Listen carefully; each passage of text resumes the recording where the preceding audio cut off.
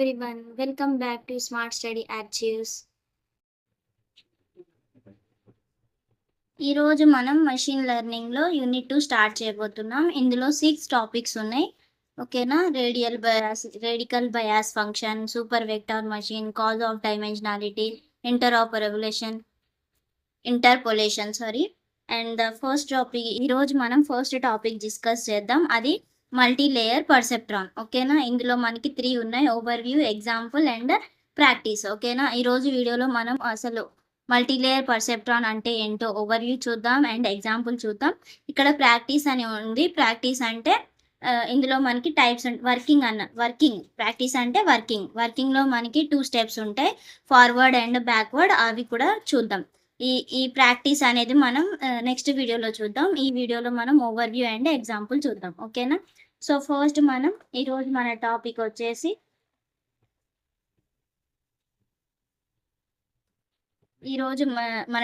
వచ్చేసి multi layer పర్సెప్ట్రాన్. ఓకేనా? So first మనం ఓవర్వ్యూ చూద్దాం. అసలు ఎంఎల్పి అంటే ఏంటో, మల్టీ లేయర్ పర్సెప్ట్రాన్. ఓకేనా? Multi-layer perceptron is a type of feed-forward neural network with multiple neurons arranged in a layer. అంటే ఏంటి ఈ లైన్ మీనింగ్? ఈ మల్టీ లేయర్ పర్సెప్ట్రాన్ అనేది ఫీడ్ ఫార్వర్డ్ న్యూరల్ నెట్వర్క్ మీద పనిచేస్తుంది. ఇవనేవి ఎలా అరేంజ్ అయి ఉంటాయి? ఇక్కడ న్యూరాన్స్ అనేవి మల్టిపుల్ న్యూరాన్స్లో అరేంజ్ అయి ఉంటాయి. ఇక్కడ ఫీడ్ ఫార్వర్డ్ న్యూరల్ నెట్వర్క్ అంటే ఏంటో ఒక ఎగ్జాంపుల్ ద్వారా అర్థం చేసుకుందాం. ఇప్పుడు మనం ఒక ఎగ్జామ్ హాల్లో ఉన్నాం. ఓకేనా? ఎగ్జామ్ హాల్లో ఉన్నప్పుడు ఫస్ట్ ఏమవుతుంది? ఫస్ట్ మనకి ఒక ఎగ్జామ్ పేపర్ వస్తుంది, క్వశ్చన్ పేపర్. అండ్ దెన్ మనం క్వశ్చన్లు చూసి ఏ క్వశ్చన్కి ఏ ఆన్సరో కరెక్ట్గా రాస్తాం, అవునా, బుక్లెట్లో. అండ్ దెన్ మనం ఏం చేస్తాం? ఆ బుక్లెట్ అనేది ఇన్విజిలేటర్కి సబ్మిట్ చేసేస్తాం, అవునా. ఇక్కడ ఏం జరుగుతుంది? ఒక స్టెప్ బై స్టెప్ లాగా జరుగుతుంది. First question paper and then మనం రాస్తాం అండ్ దెన్ సబ్మిట్ చేస్తాం, అయిపోతుంది. ఇది ఒక ప్రాసెస్లో జరుగుతుంది. అలా కాకుండా మనకి క్వశ్చన్ పేపర్ ముందే తెలుస్తుందా? లేకపోతే మనం ఎగ్జామ్ బాగా రాయలేదని మనం మళ్ళీ సెంటర్కి వెళ్ళి మనం ఎగ్జామ్ రాయగలుగుతామా?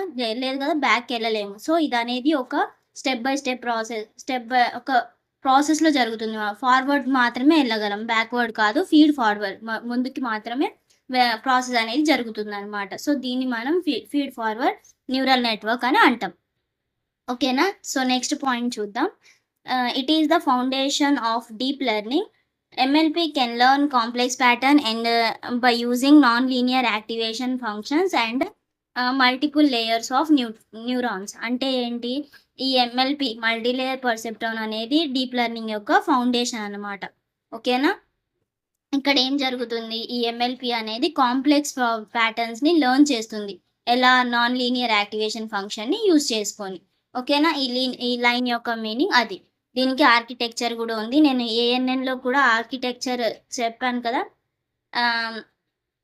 సేమ్ ఉంటుంది, కాకపోతే ఇక్కడ కొంచెం డిఫరెంట్. ఓకేనా? ఇక్కడ చూడండి, x1, x2, x3, xn అనేవి ఇవి మొత్తం ఇన్పుట్స్.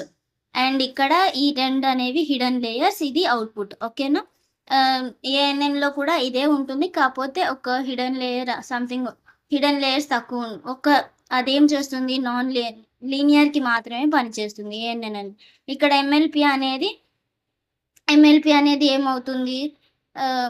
మనకి నాన్ లీనియర్ కూడా పనిచేస్తుంది. ఓకేనా? సో ఇన్పుట్ లేయర్ అంటే నేను ఏఎన్ఎన్లో కూడా చెప్పాను, ఇది ఇన్పుట్ని మాత్రమే తీసుకుంటుంది, ఏం క్యాలిక్యులేషన్స్ చేయదు. ఓకేనా? Receives the input data x1, x2, xn and so on.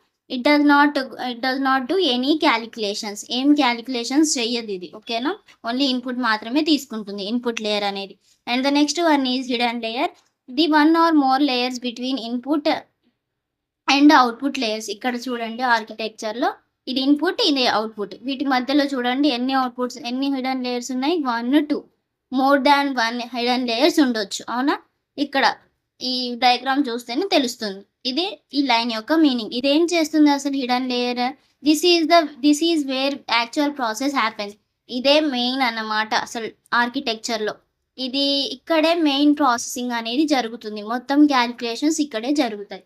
And the next one is output layer. Output అంటేనే తెలుస్తుంది, మనకి రిజల్ట్ ఇస్తుంది, ఫైనల్ అవుట్పుట్ ఇస్తుంది, అవునా. ఇక్కడ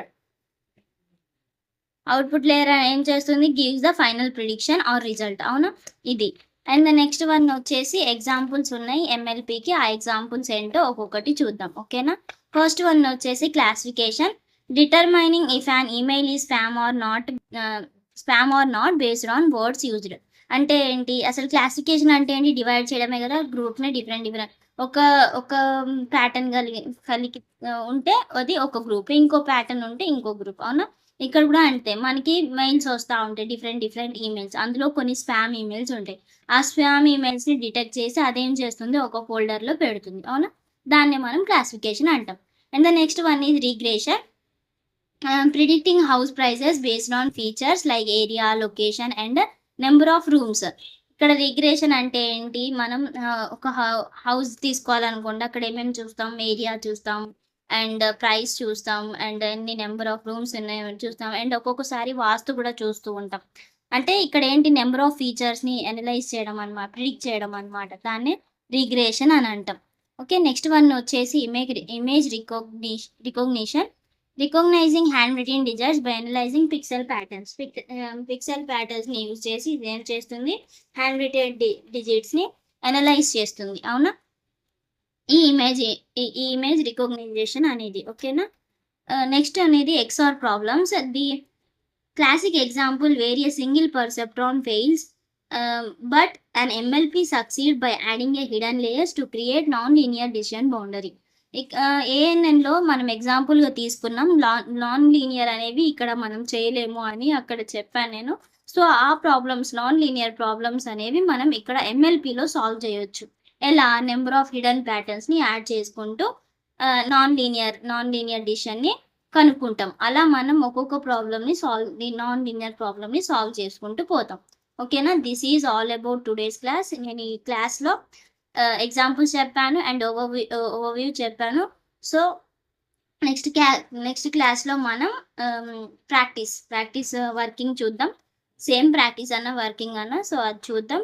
నెక్స్ట్ క్లాస్‌లో నా వీడియో నచ్చినట్లయితే సపోర్ట్ చేయండి, సబ్స్క్రైబ్ చేయండి. And thank you for watching my video.